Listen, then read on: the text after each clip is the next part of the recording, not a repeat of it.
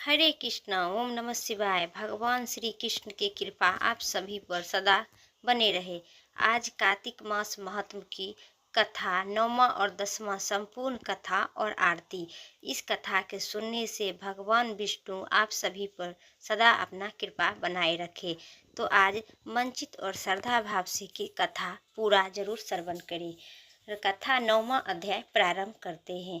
राजा पृथु ने बोले, श्रेष्ठ मुनि नारद जी, आपने कार्तिक मास के व्रत में तुलसी जी की जड़ में भगवान विष्णु के निवास बताकर स्थान की मिट्टी का पूजन करना बताइए।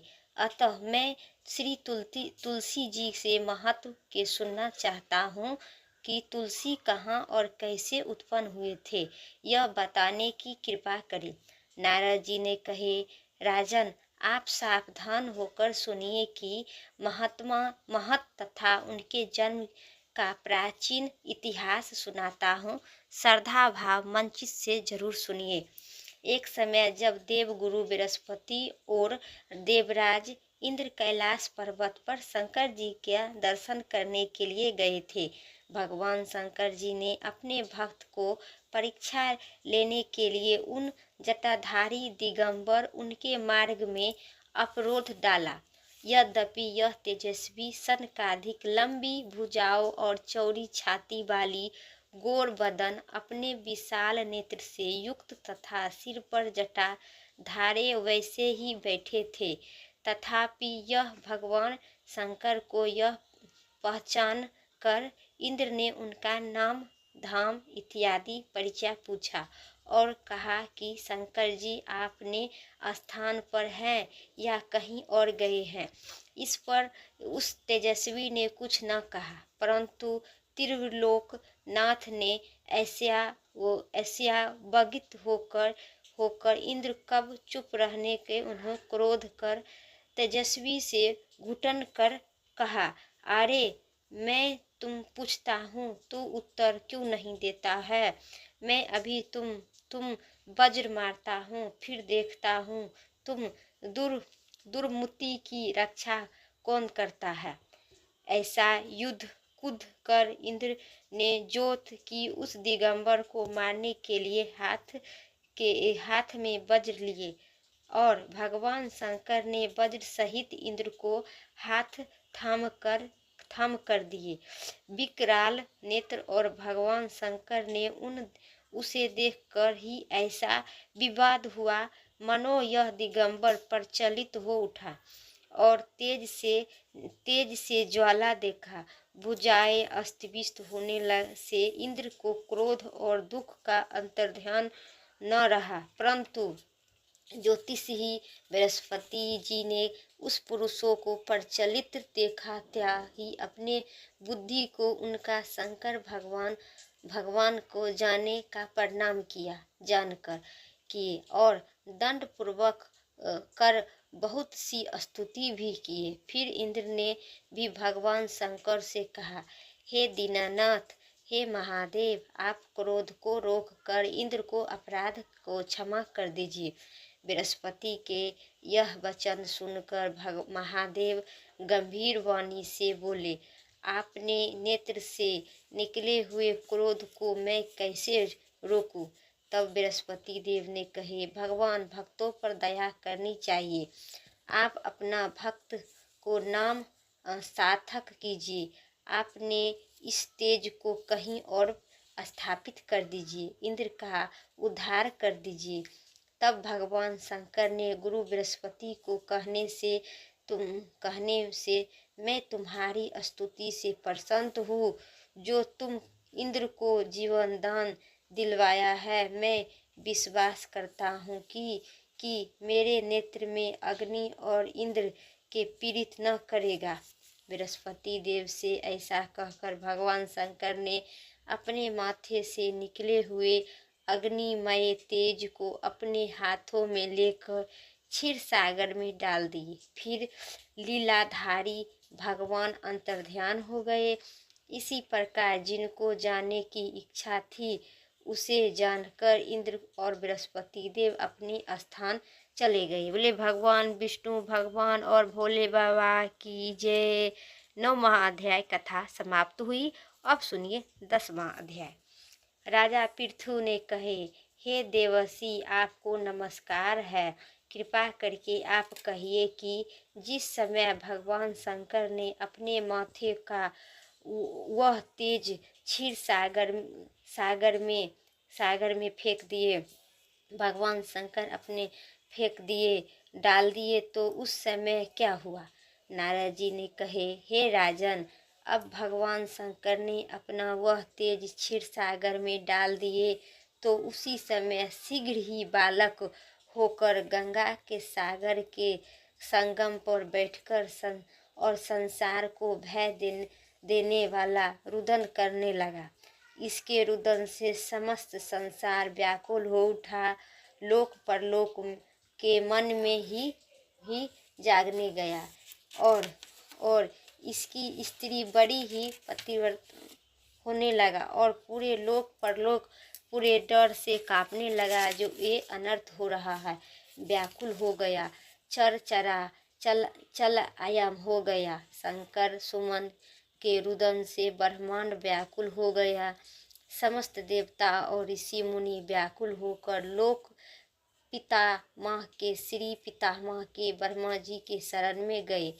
सबने मिलकर श्री ब्रह्मा जी को प्रणाम किया और स्तुति की।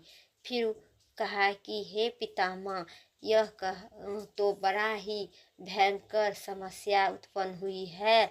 ये महायोगिनी, इसका नाश कीजिए। तब देवताओं ने ही ऐसी बात सुनकर श्री ब्रह्मा जी सत्यलोक से उठकर उस बालक को देखने के लिए समुद्र तट पर आए। समुद्र ने ब्रह्मा जी को आता देखकर प्रणाम किया और बालक को उठकर उनकी गोद में दे दी। तब विश्वामित्र होकर श्री ब्रह्मा जी से पूछा, हे सागर, तुम शीघ्र हो कि यह बालक किसका है? समुद्र ने विनम्रता शब्द में कहा कि प्रभु, यह तो मैं नहीं जानता हूँ, किंतु मुझे इतना अवश्य ज्ञात है कि यह गंगा सागर के संगम पर प्रकट हुआ था। अतः एवं ये जगत गुरु, आप ही इस बालक को जातक कर्म इत्यादि संस्कार कीजिए। इसका जातक फल बताइए।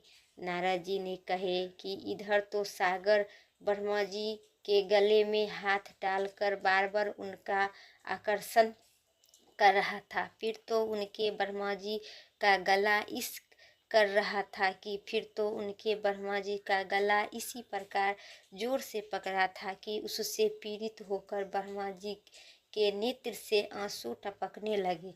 किसी प्रकार से ब्रह्मा जी ने अपने दोनों हाथों का जोर लगाकर अपना गला छुड़ाया और सागर से कहा, हे सागर, सुनो, मैं तुम्हारे पुत्र का जातक फल कहता हूँ।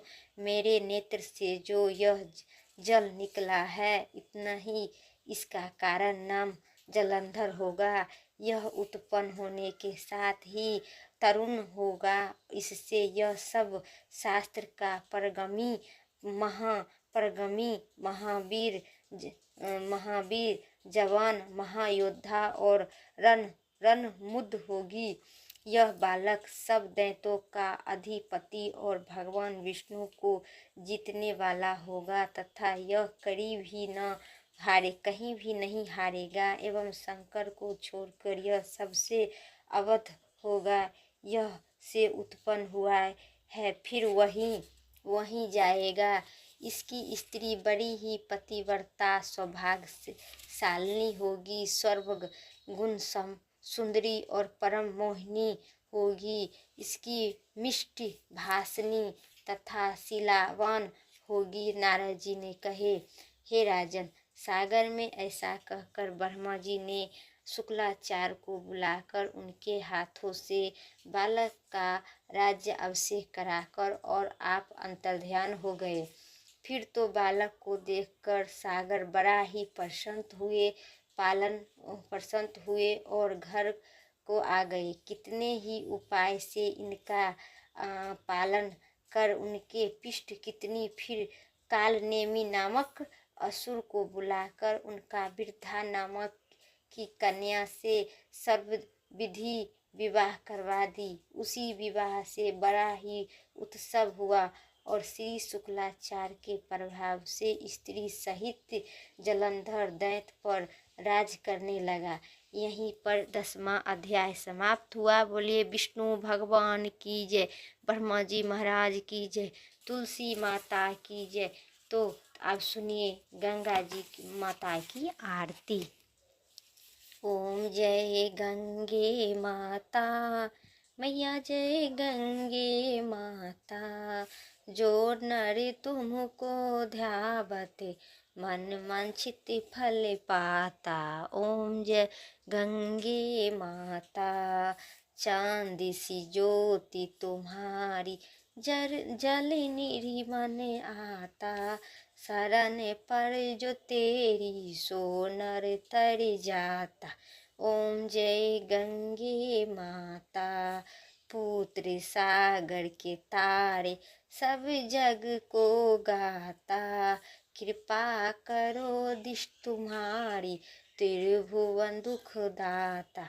ओम जय गंगे माता, एक ही बार जो तेरी शरणागति आता, यम की दृष्टि मिटा कर परम गति पाता।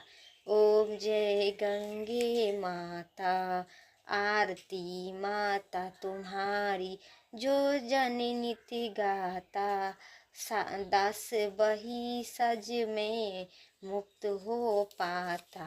ओम जय गंगे माता मैया, जय गंगे माता। हे गंगे माता, जैसे महादेव के पुत्र को जलंधर को आपने उद्धार किए हैं, वैसा ही जितना भक्त हुंकार भरता है, सुनता है और कहता है, उन्हें भी आप उद्धार करें। बोलिए गंगे माता की जय, विष्णु भगवान की जय।